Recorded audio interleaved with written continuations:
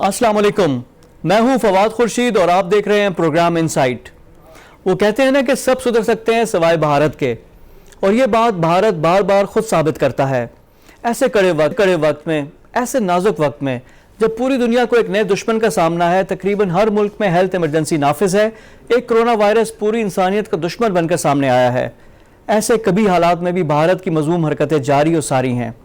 ایک طرف تقریباً پوری دنیا ہی میں غیر اعلانیہ جنگ بندی جاری ہے، مگر دوسری جانب بھارت ہے جو جنگ بندی کے باقاعدہ معاہدوں کو تار تار کر رہا ہے، ایل او سی پر معصوم شہریوں کو نشانہ بنا رہا ہے۔ لیکن ایل او سی تو صرف ایک محاذ ہے، بھارت تو اپنے ہی ملک کے شہریوں کے در پہ ہے، انہیں ذلیل کر رہا ہے، رسوا کر رہا ہے، ان کے حقوق غصب کر رہا ہے، ان سے جانوروں سے بھی بدتر سلوک کر رہا ہے۔ وجہ صرف یہ ہے کہ وہ لوگ مسلمان ہیں۔ بس مسلمان ہونا ہی ان مظلوموں کا جرم ٹھہرا۔ یہ وہی مسلمان ہیں جنہیں بھارت نے 7 دہائیوں سے زیادہ عرصے سے انہی کے وطن کشمیر میں غلام بنا رکھا ہے، مگر کشمیریوں کا جذبہ حریت ہے کہ کم ہونے کا نام ہی نہیں لے رہا۔ آفرین صد آفرین۔ ویسے وطن عزیز کی بات کریں تو آفرین تو سب سندھ سرکار کو بھی کہہ رہے تھے۔ کرونا کے خلاف جنگ میں سندھ حکومت نے بروقت اور مشکل فیصلے لیے، لیکن اب وفاقی حکومت نے لاک ڈاؤن میں نرمی کا اعلان کر دیا ہے۔ وزیر اعلیٰ سندھ جو وفاق پر کنفیوژن کا الزام دھرتے نہیں تھکتے تھے، خود کنفیوز نظر آ رہے ہیں۔ مراد علی شاہ نے بھی لاک ڈاؤن میں نرمی کا وفاقی حکومت کا فیصلہ تسلیم کر لیا ہے، مگر ساتھ ہی خبردار بھی کر رہے ہیں کہ پابندیوں میں نرمی سے صورتحال بگڑے گی، اور شاید بگڑنے کے آثار شروع بھی ہو چکے۔ خیرپور کے پیر جو گوٹ میں 350 افراد کے ٹیسٹ کیے گئے، اور خطرناک بات یہ ہے کہ 289 میں کورونا کی تصدیق ہو گئی ہے، یعنی 289 کورونا کنفرم کیسز ہو گئے ہیں۔ یوں سندھ سرکار کی حکمت عملی بارے بس یہی کہا جا سکتا ہے کہ ایک معمہ ہے سمجھنے کا نہ سمجھانے کا، لیکن قوم کے مسیحا کنفیوز نہیں، ان کے لیے کچھ چیز کنفیوژن نہیں۔ وہ کھلے بندوں کہہ رہے ہیں کہ لاک ڈاؤن میں نرمی کا فیصلہ مشکلات سے دوچار کر سکتا ہے۔ یہ ہیں وہ موضوعات جو آج کے انسائٹ کا حصہ ہوں گی۔ ہمیں جوائن کریں گی نفیسہ شاہ صاحبہ، پاکستان پیپلز پارٹی کی سینئر رہنما ہیں۔ اپوزیشن کی نمائندگی کریں گی نصرت سحر عباسی، جی ڈی اے کی ممبر صوبائی اسمبلی سندھ ہیں۔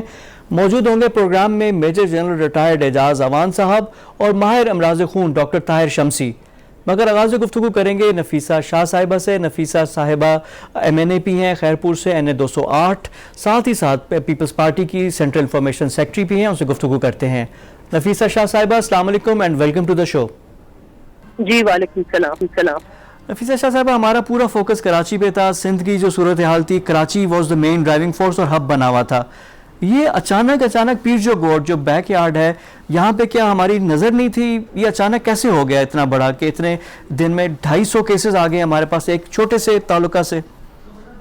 دیکھیں، اس قسم کے جو ہاٹ اسپاٹس جو ابھر رہے ہیں اس وقت، یہ نتیجہ جو حکمت عملی ہے ٹیسٹنگ اور ٹریسنگ کی، اس کی وجہ سے یہ نکلا ہے۔ اور اس کے لیے ہم بار بار یہی کہتے ہیں کہ ٹیسٹنگ جو ہے وہ بڑھانی چاہیے، لیکن ٹیسٹنگ کے تھرو آپ ٹریس بھی کریں۔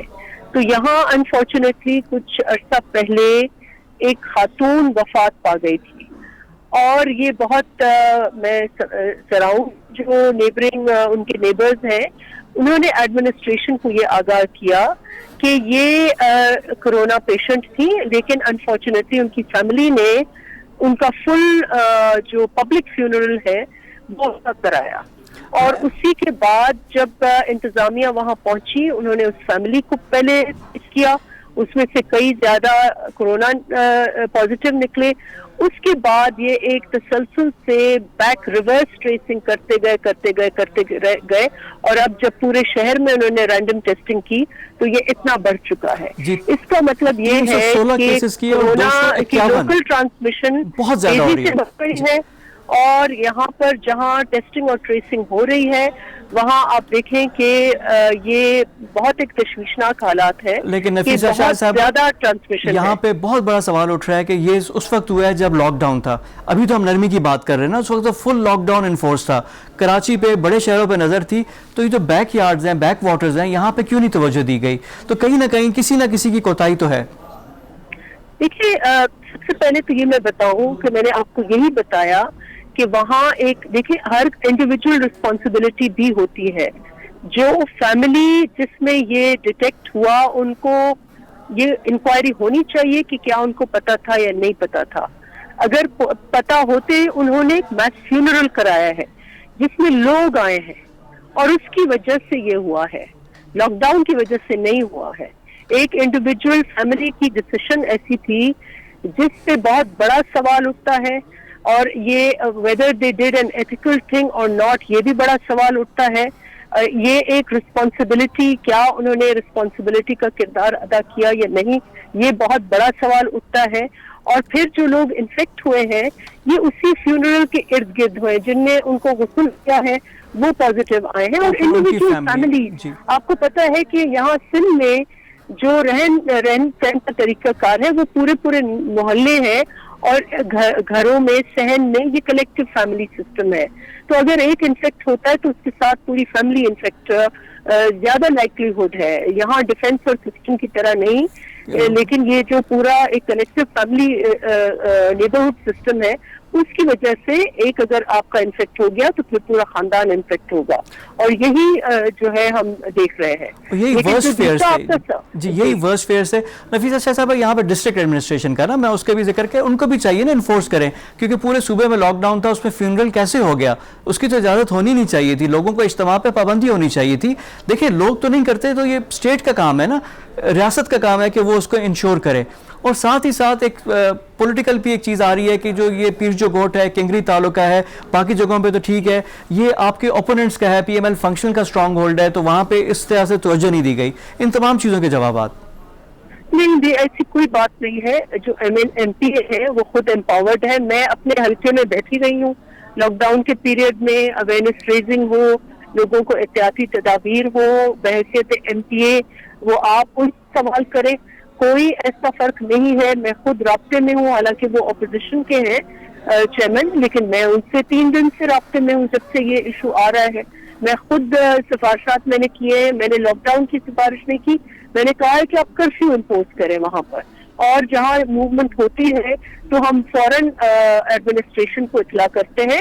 میں تو ایکچولی ایڈمنسٹریشن کو سراہوں گی, بالخصوص جو ڈی ایچ او ہے, ڈی سی صاحب ہیں, انہوں نے یہ ساری جو ٹریکنگ اور ٹریسنگ کی ہے گزشتہ 3 دن میں, یہ ان کی انتھک محنت ہے.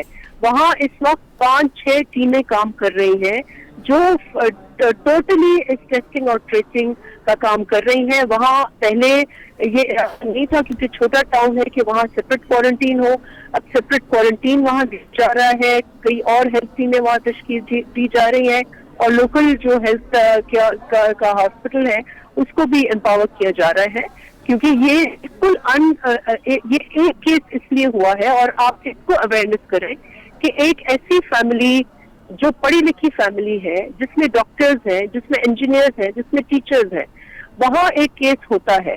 اب یہ تحقیق کرنی ہے کہ ان کو اس کیس کا پتہ تھا یا نہیں پتہ تھا.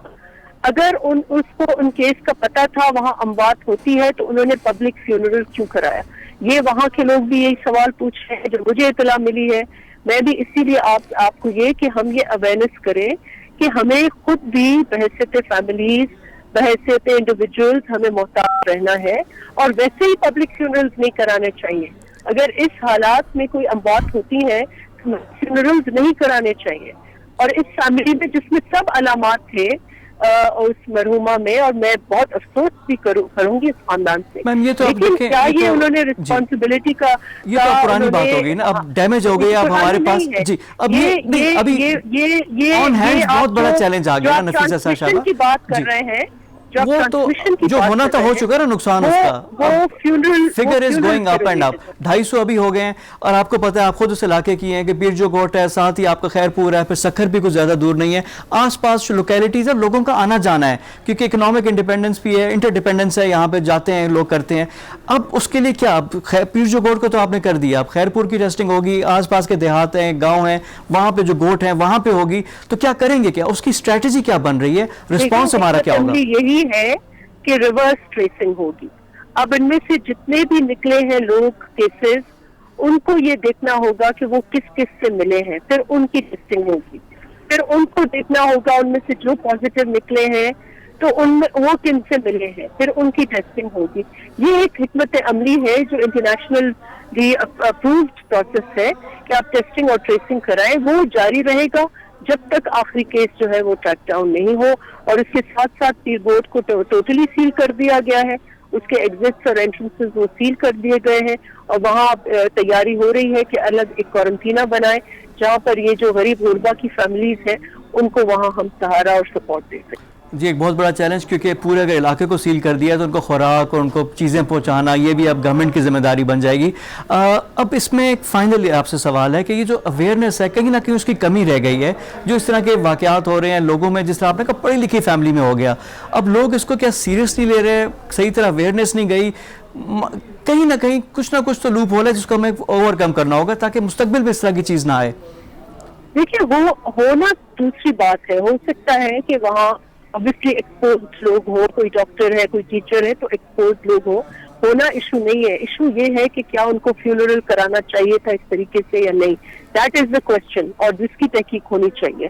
اب جب بہت سارے لوگ وہاں انفیکٹ ہو چکے ہیں, اب ایک کلیکٹیو رسپانسبلٹی ہے, یقیناً ایڈمنسٹریشن بھی ہے, لیکن مقامی جو وہاں کے لیڈرز ہیں ان کو بھی یہ چاہیے کہ وہ بھی اس پہ لوکل کمیونٹیز کو اویئرنیس ان کو دے کہ وہ گھر سے باہر نہ نکلیں. اس وقت وہ علاقہ ٹوٹلی سیلڈ ہے, اور جو ہیلتھ کا عملہ ہے, انتظامیہ ہے, وہ رابطے میں ہے لوگوں سے, اور اس وقت ہم یہی یہاں آپ کی توسط سے میں لوگوں سے کہوں گی کہ وہ تعاون کریں انتظامیہ کا, وہ پینک نہ کرے, وہ گھر میں بیٹھے اور سمپٹمز اپنے آپ کو مانیٹر کرے, جیسے ہی کچھ سمپٹمز آئیں تو پھر وہ ہسپتال جو ہے وہ وہاں سے منتقل ہے. ہماری پوری کوشش ہوگی کہ جتنا ہو سکے یہاں ٹیسٹنگ ہو اور پھر یہاں لوگوں کو کوارنٹین کیا جائے. جہاں اگر پورے ٹاؤن کو کوارنٹین کرنا ہے تو پورے ٹاؤن کو کوارنٹین کیا جائے, اور پھر 10-15 دن کے بعد پھر سے ٹیسٹنگ کر کے دیکھیں گے کہ اس کی کیا رزلٹ.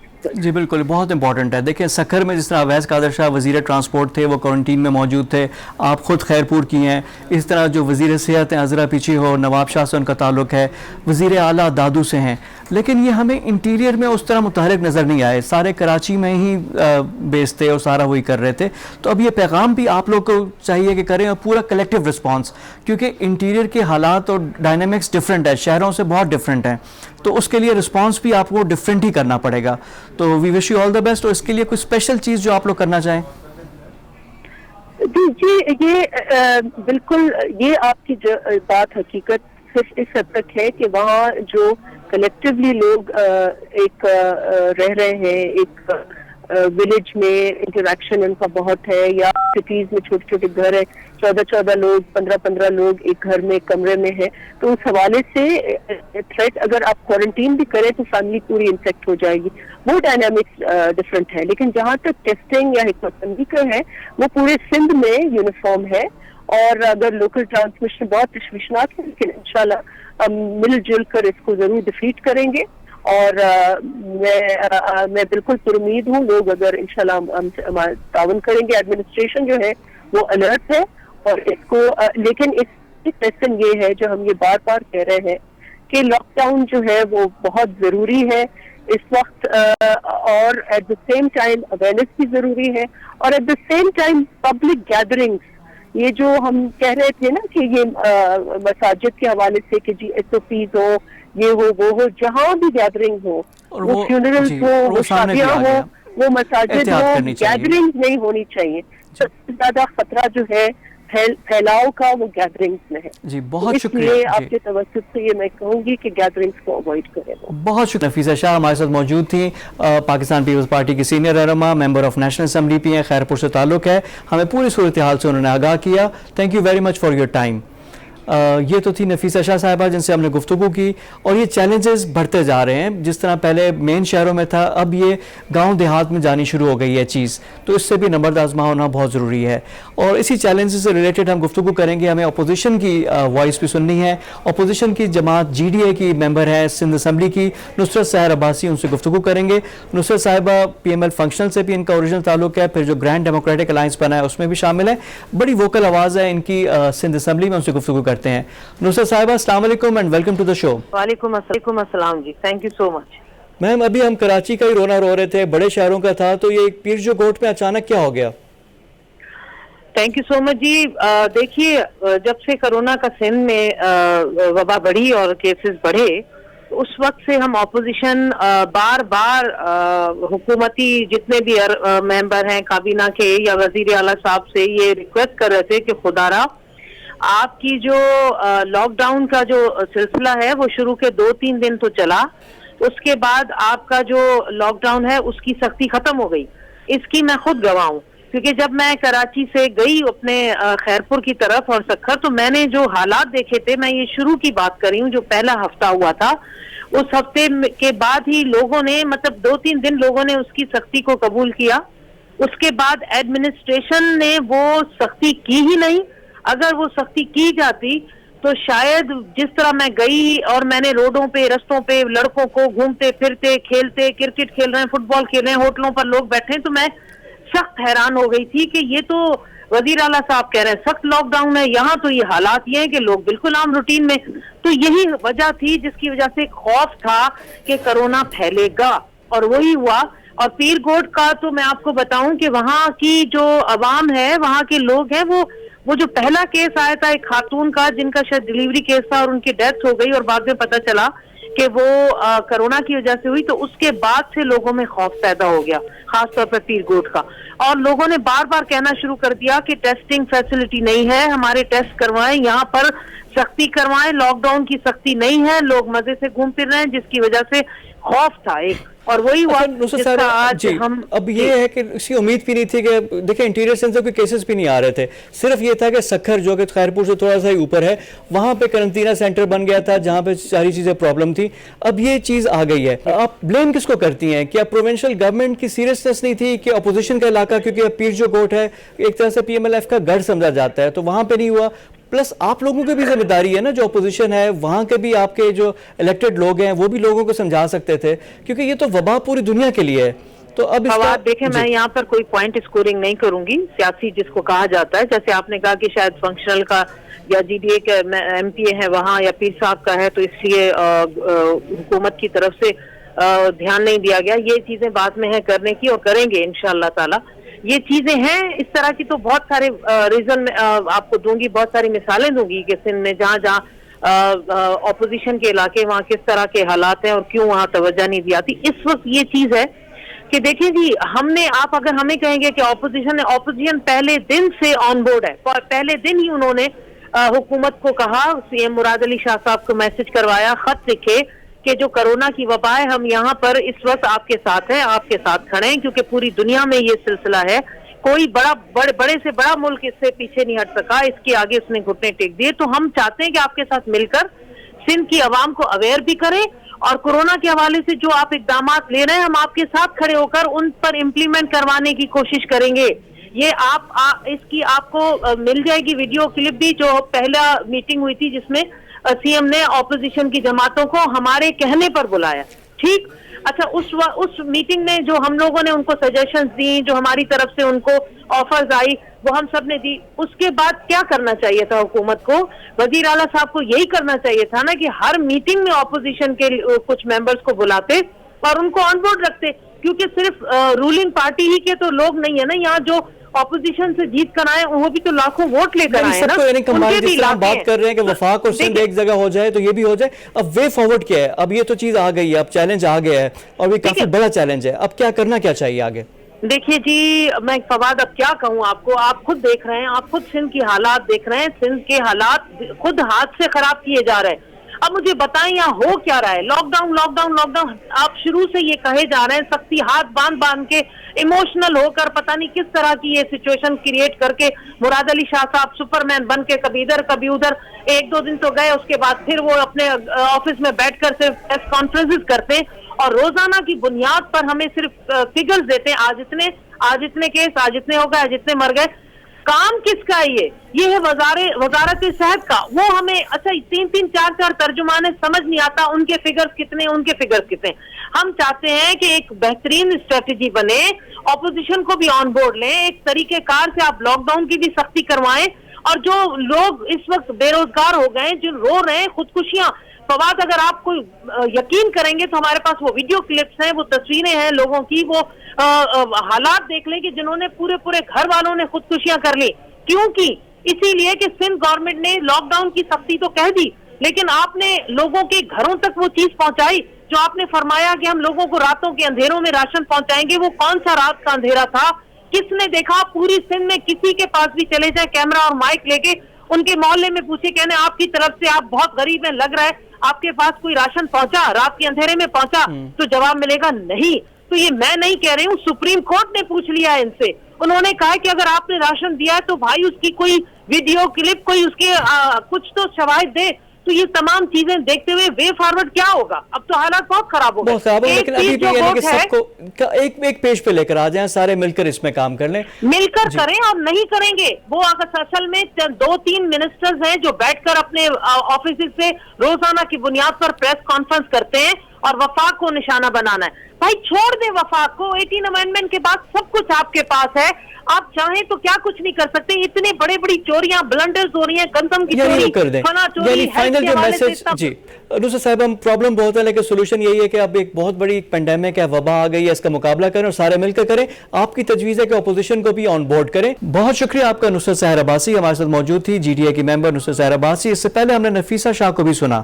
پروگرام میں وقت ہو گیا بریک کا, بریک کے بعد آ کر گفتگو کا سلسلہ جاری رکھیں گے. کچھ بابت کریں گے انڈیا کے متعلق کہ جو انڈیا کی جو بیلیجرنس ہے, جو ان کی پالیسی ہے کشمیر کے لیے, اس کے کیا کیا نقصانات ہو سکتے ہیں انڈیا کو اور پورے خطے کو. ان سب پہ گفتگو ہوگی آفٹر کوئک بریک. بریک کے بعد پروگرام میں دوبارہ خوش آمدید.